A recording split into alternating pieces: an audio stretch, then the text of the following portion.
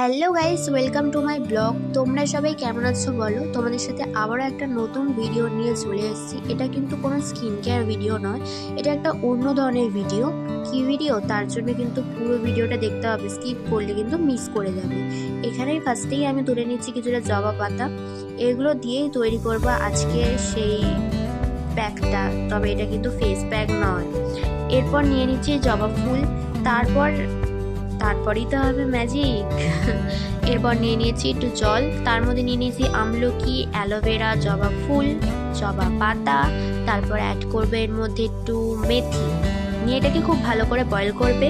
আর তোমাদের ফেভারিট যে কোনো হেয়ার অয়েল একটু দিয়ে দেবে। এখানে আমি নারকেল তেল দিলে খুব ভালো হয়, যেহেতু আমার কাছে ছিল না, তো আমি যে কোনো একটা হেয়ার অয়েল ইউজ করে নিলাম।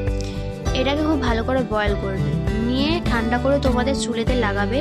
হেয়ারটা যেমন পরিমাণে গ্রোথ করে তেমনই ঘন আর মজবুত হয়। তোমরা এটাকে একবার ইউজ করে দেখো, এত ভালো রেজাল্ট পাবে, জাস্ট ম্যাজিকের মতন। এটাকে তোমাদের চুলটাকে এতটা ডেভেলপ করবে, তোমরা ইউজ না করে কিন্তু এটা বুঝতে পারবে না। আমি অবশ্যই ইউজ করি, তোমাদেরকে শেয়ার করি সমস্ত জিনিস।